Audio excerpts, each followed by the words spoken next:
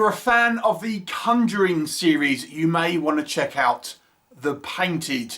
Written and directed by Sasha Sibley. This is a 2024 haunted painting movie.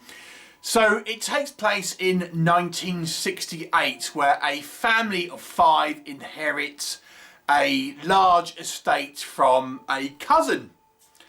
And they go there and they have to kind of catalogue all the kind of the houses stuff, and there's lots of paintings there. And it seems that there is actually a family curse which has now befelled these guys, and there is this kind of method of trapping one's soul in kind of like a painting and things like this. And so when you die, you kind of don't, you sort of live on in the painting, so to speak. And this house is full of them. But there's one particular painting which might have a little bit more power than the others, of this particular woman who may well be a succubus.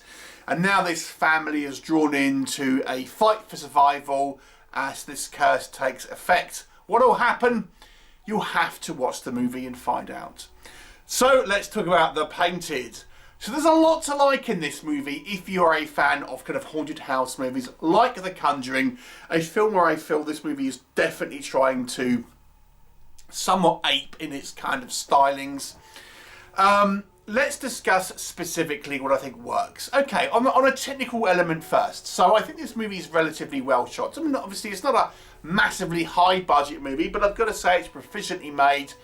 I wouldn't say there's any time where this movie feels like low budget and cheap necessarily. It all feels pretty reasonable in regards to its production design. Let's talk about how these ghostly effects are kind of put on screen. So we have a few different occasions within the movie where we have these kind of paintings kind of come to life and kind of come out, and I think they've used a mix of techniques. Sometimes it's practical, that someone like, reaching out from the actual, like a fake painting and stuff like that. Other times it's a little bit of kind of CGI. And I think there's a little bit of AI used as well. But I've got to say, I think the effects are all done pretty well and pretty creepy. Even the kind of like the AI and sort of CGI effects, it kind of works because it's not like these are photographs. These are paintings that look like, paintings or illustrations and things. So they don't quite have that photorealistic look to start with. They are paintings, and as such, I think the use of digital elements to create these paintings come to life suits this movie because it doesn't feel out of place. It doesn't look weird or kind of like it shouldn't be there, because these things are kind of like, as I say, they're not photorealistic to begin with. Good, but they are obviously paintings. So I think the effects actually work pretty well, and there's some really good use of the kind of lighting and cinematography here. Our main kind of painting is this kind of woman with these kind of like sort of glowing blue eyes, and it looks very eerie. And some of the kind of the way that this movie is kind of shot and then the cinematography, it'll totally remind you of James Wan's Conjuring, I have to say. And I do think that's probably a big influence in this movie. So it definitely feels like it has that sort of influence, and if you like those movies, I think you'd enjoy it. And there genuinely are some sort of fairly kind of creepy moments and kind of decent set pieces involving these paintings, which kind of look even a little bit creepy before you even start moving and things. That was all pretty good. I think the acting is solid, if not spectacular, but certainly solid. Everyone here does a decent enough job. I think the script is the weaker point here, in some of the kind of the way these characters are written isn't particularly as strong as it could be, but the acting I think is absolutely fine and is perfectly good for a film like this, and you believe the characters and stuff like that. I think the pacing is relatively good, and it has an interesting kind of like concept in regards to a different sort of take on a haunted house genre, in the fact that it's specifically a technique using these kind of like paintings and stuff. I don't know if it's a technique that people actually use, obviously, or if it's just made for this movie. But it certainly has some spooky occult kind of overtones here, and I think people would probably enjoy that if you just like a kind of a spooky ghost story for a start. What doesn't work? So a couple of things first. This takes place in 1968. Why? I don't know why, outside of maybe they wanted to avoid modern technology to kind of like help the characters.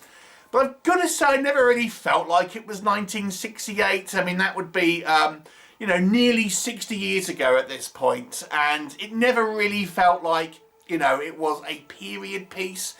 You know, everyone would have been smoking back then. There's none of that, and there's like there's no music or the fashion. Really, everyone's kind of wearing very sort of like clothes, which could be kind of somewhat sort of just shirt and trousers and things. There could be any sort of time really. There's a little bit, you know, you see the cars, and there's the wife wears some kind of more period clothes, but I never really felt like it was the 60s, to be honest. And even the kind of the attitudes and the kind of the relationship that the family has, I don't know if it particularly suited the times, to be honest with you. So, I mean, I can only assume they did it in the 60s, as I say, to try and get rid of, you know, get out the fact that you don't want to have like phones or things like that, like, you know, modern amenities, but it didn't really follow the 60s to me. The main issue I have, however, with this movie is it's kind of, you know, the setup is good. Good setup, good special effects, well put together, solid acting. What's the problem? It's a very generic script in regards to an A to B kind of haunted house movie, where we get a lot of exposition. Our kind of characters seem to know how to do a kind of ritual towards the end through various expository means. There's plenty of opportunities where characters are in a dark house but don't turn on the lights.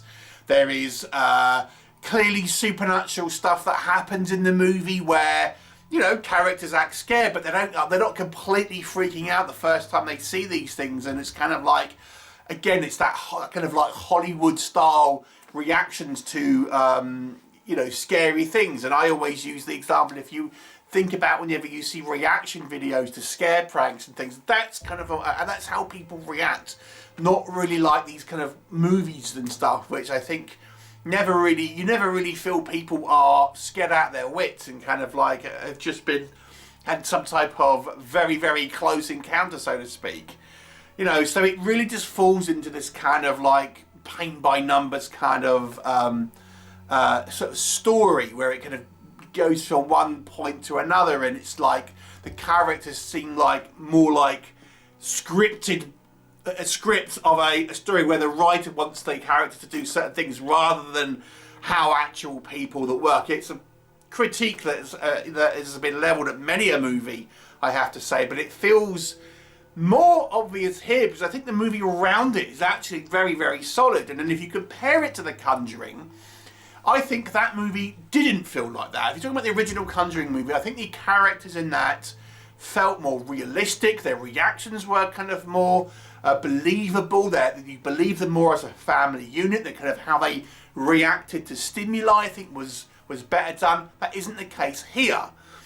But there is other things around this movie that do prop it up, but it prevents it from becoming a truly great haunted house movie. As such, I think this movie is a good haunted house movie, certainly worth watching, but it does kind of feel a little bit, and if you excuse the pun, paint by numbers. Ultimately, I will say this is an above average movie because of, I think, some of the good creepy elements here, some of the kind of the well done VFX sort of set pieces and the creepy and eerie atmosphere that it provides. But ultimately, the story, I think, is the main issue here, to be honest, and some of the kind of the way the characters are kind of written and how they react to things. But it's a 6 out of 10 for me. Have you seen it? What did you think? Leave me a comment, and I shall look forward to seeing you next time. Bye for now.